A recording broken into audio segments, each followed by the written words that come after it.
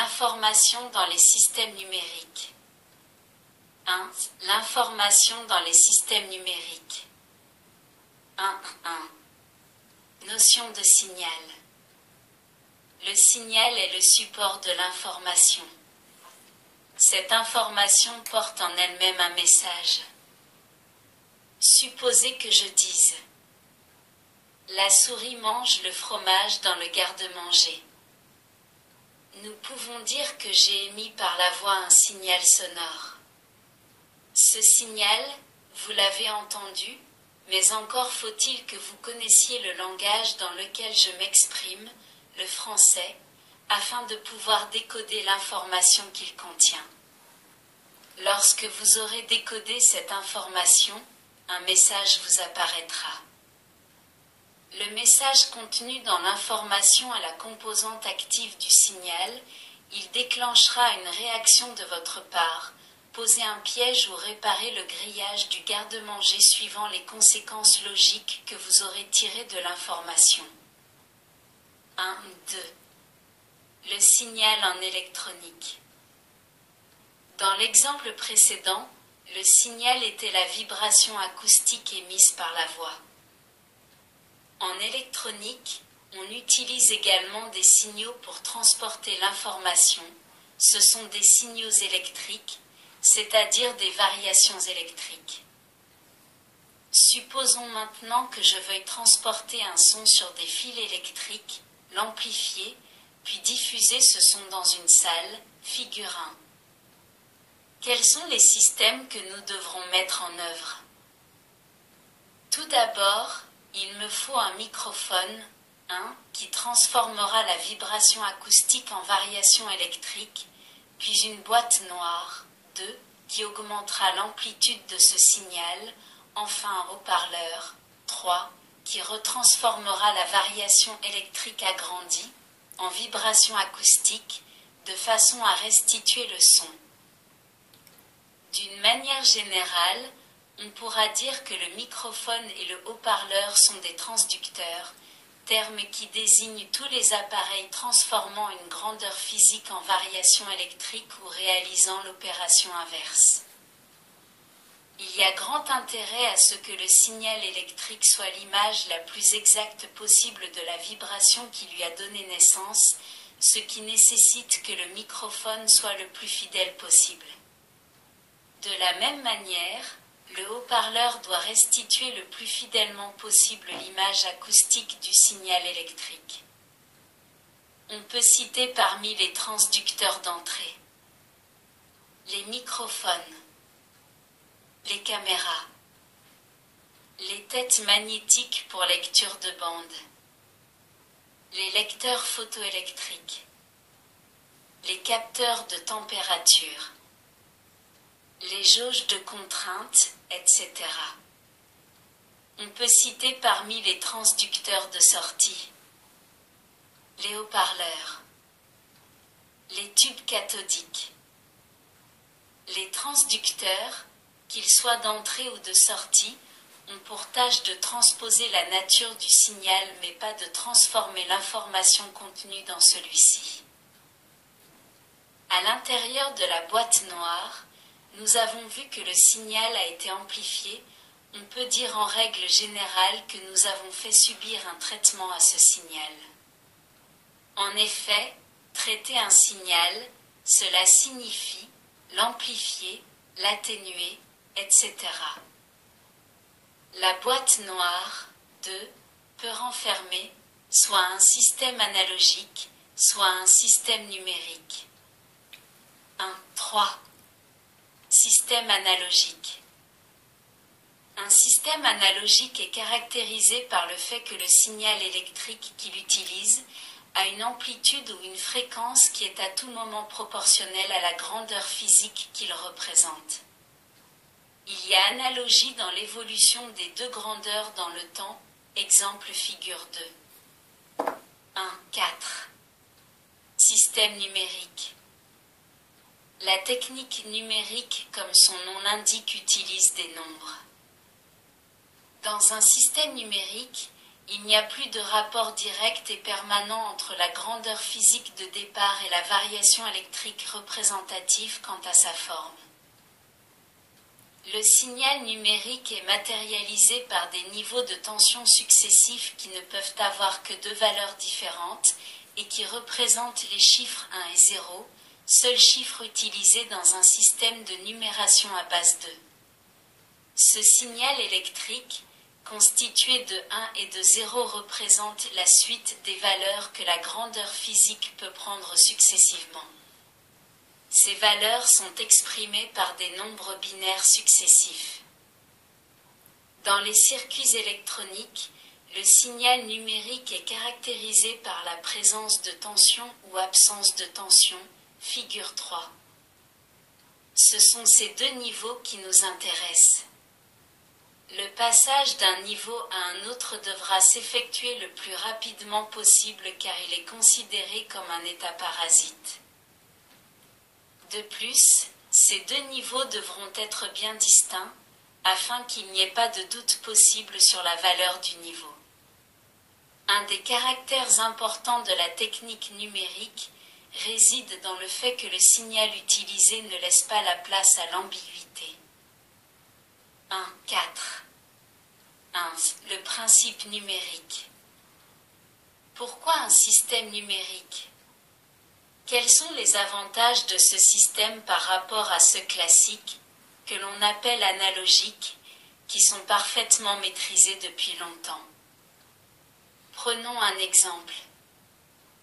Une carte de géographie constitue la représentation à une certaine échelle de la réalité physique du terrain. À tout endroit, les distances reportées sont proportionnelles aux distances effectives. Toutefois, les distances mesurées sur la carte sont fonction de la précision du tracé. Compte tenu de l'échelle, on multiplie l'erreur de mesure que l'on réalise sur la carte. Nous avons une représentation analogique. Si, par exemple, nous mesurons en centimètres la distance Dijon-La Rochelle, à partir du nombre trouvé et du rapport de réduction ou échelle, on peut facilement retrouver la distance réelle.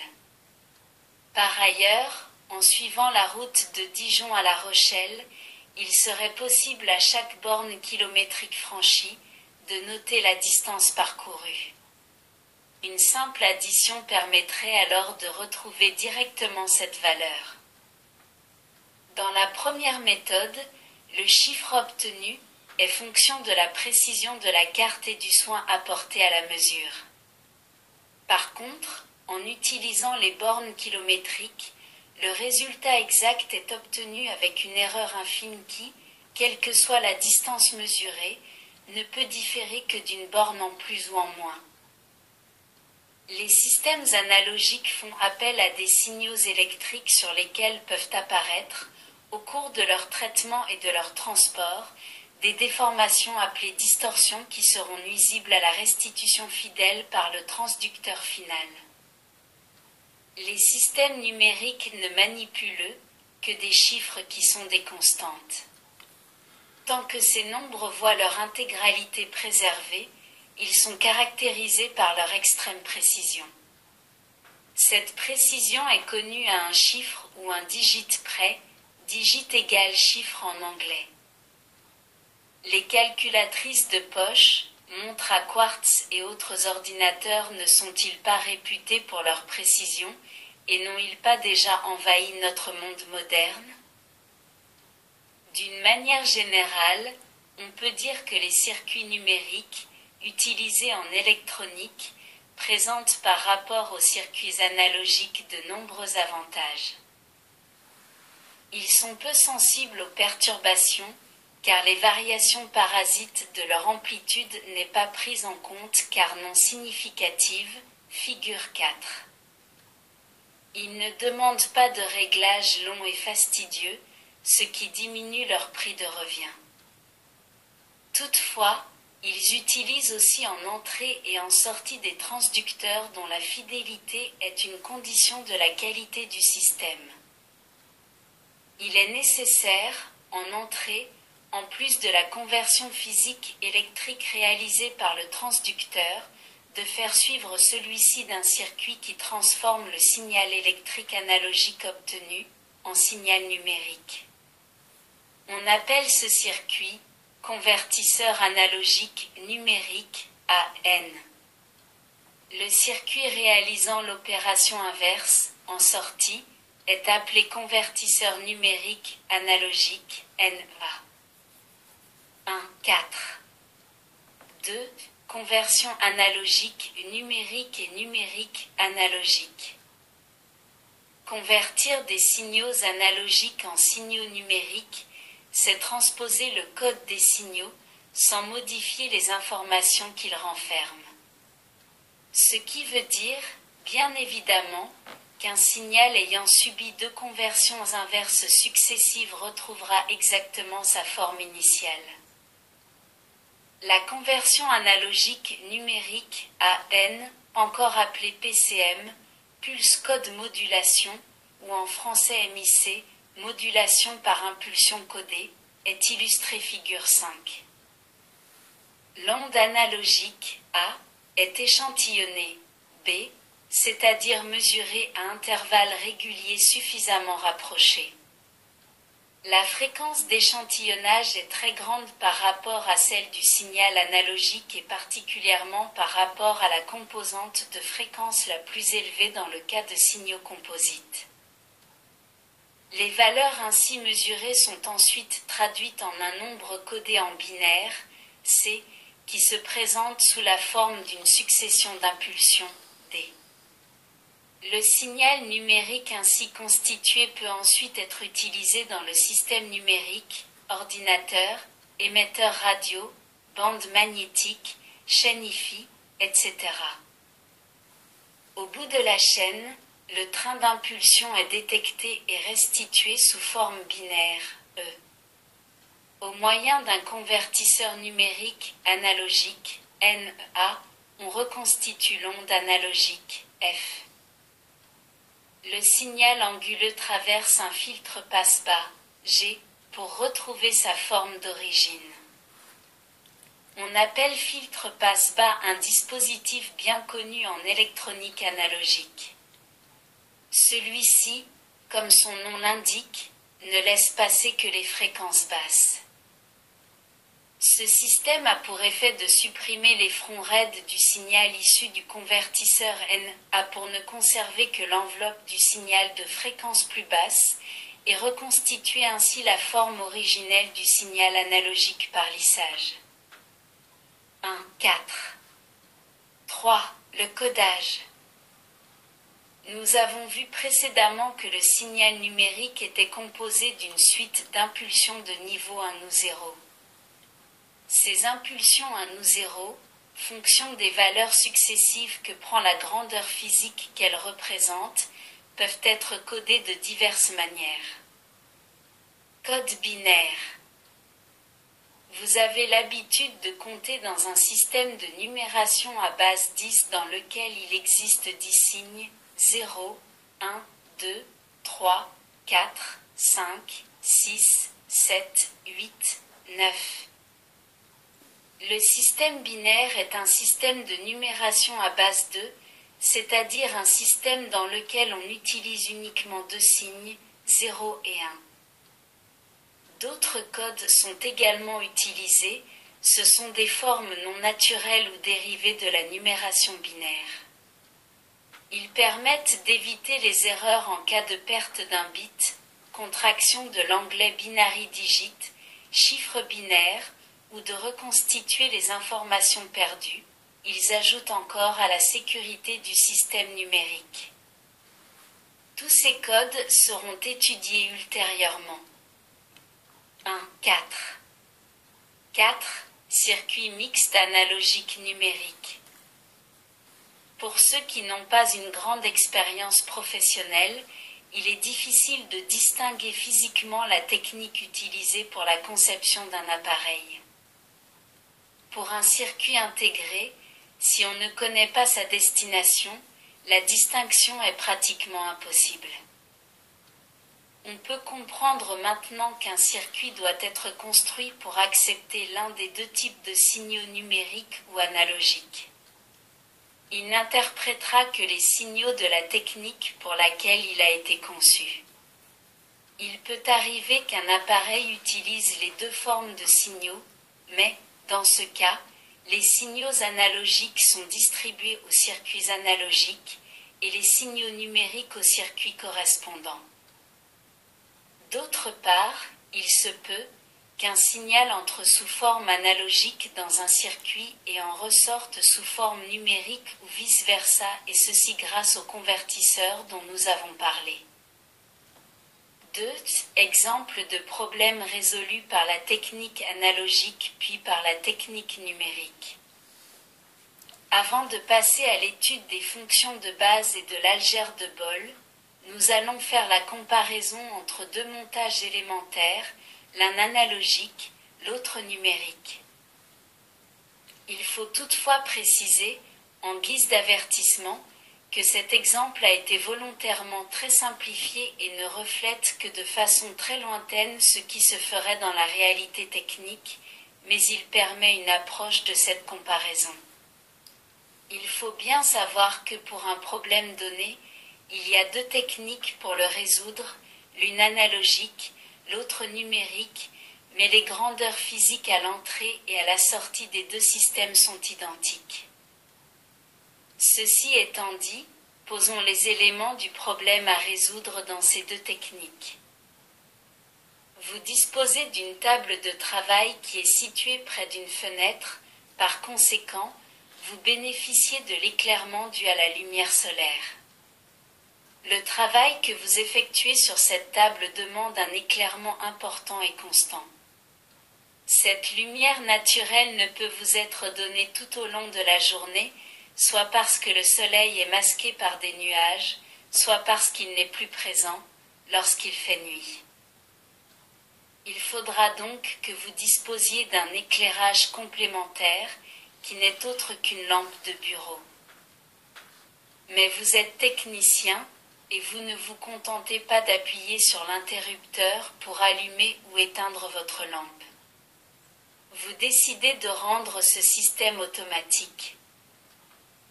Vous savez qu'il existe en électronique deux techniques pour résoudre votre problème.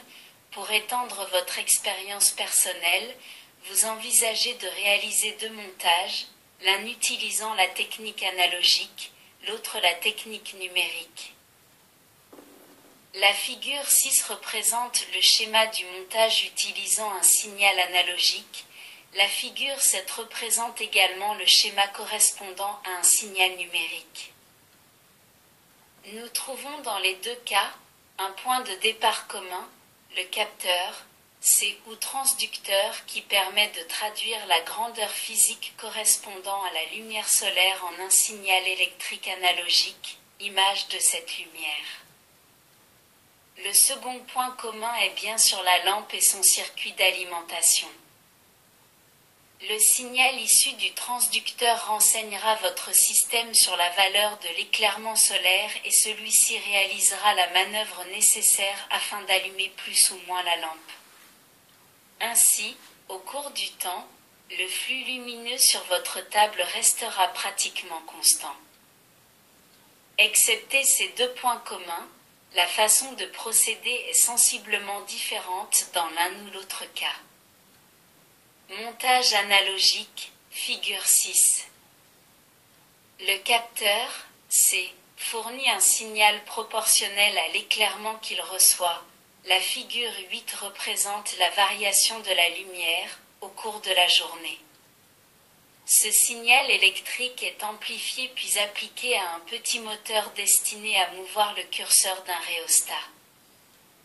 Ce rhéostat est, en fait, une résistance variable. L'installation de ce système se fera de façon telle qu'à toute augmentation de la lumière solaire corresponde une augmentation de la valeur ohmique du rhéostat. Ce faisant, lorsque la lumière extérieure augmente, l'intensité lumineuse de la lampe, elle, diminue, courbe de la figure 9.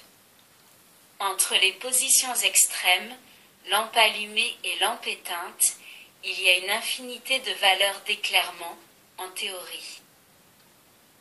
Dans cette figure, on considère que le flux lumineux émis par la lampe est proportionnel au courant qui la traverse. La figure 9 est la courbe inverse de la figure 8. La courbe de la figure 9 correspond au complément de la courbe 8.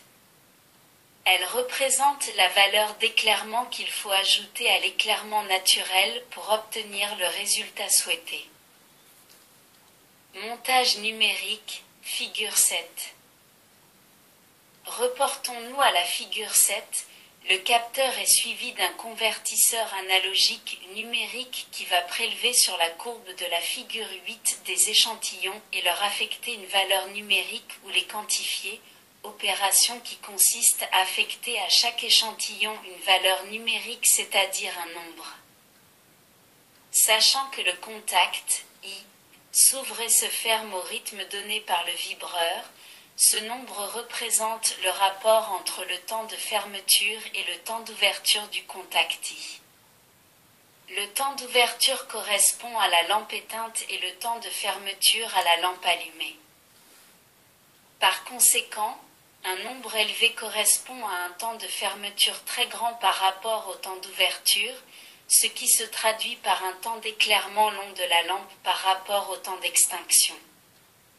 À l'inverse, un nombre petit correspondrait à un temps d'extinction long par rapport au temps d'éclairement. Lorsque les temps sont égaux, nombre égal 1, le temps d'éclairement et le temps d'extinction de la lampe sont identiques. La figure 10 résume cette situation. Si la fréquence de découpage au rythme duquel vibre l'interrupteur y est élevée, la persistance rétinienne de l'observateur donnera à celui-ci l'illusion que la lampe est allumée en permanence, mais avec une luminosité qui variera en fonction du rapport, temps d'éclairement sur temps d'extinction. En fonction de ces données, le convertisseur numérique va actionner un relais ou vibreur à une fréquence déterminée afin d'éviter le phénomène de scintillement et selon l'intensité lumineuse extérieure agira sur le rapport cyclique de cette fréquence afin d'avoir un rapport temps de fermeture sur temps d'ouverture correspondant à l'éclairement complémentaire désiré. Nous obtenons enfin la courbe 2 de la figure 11. Elle est semblable à celle obtenue avec le montage analogique. Plus le nombre de points échantillonnés sera grand, plus les courbes seront superposables. Dans la pratique, il suffira de fixer le nombre de points de manière à ce que le passage d'un échelon lumineux au suivant ne soit pas perceptible. Ainsi, à l'observation du résultat, il est impossible de discerner quelle est la technique employée. Dans la figure 11, la courbe 1 représente la variation de lumière solaire, c'est la courbe 8 précédente, et les points portés dessus sont les points d'échantillonnage. Nous terminons ainsi cette première leçon. Dans la prochaine, nous allons étudier les notions sur les ensembles puis sur l'algèbre logique ainsi les fonctions à une variable et bien d'autres encore.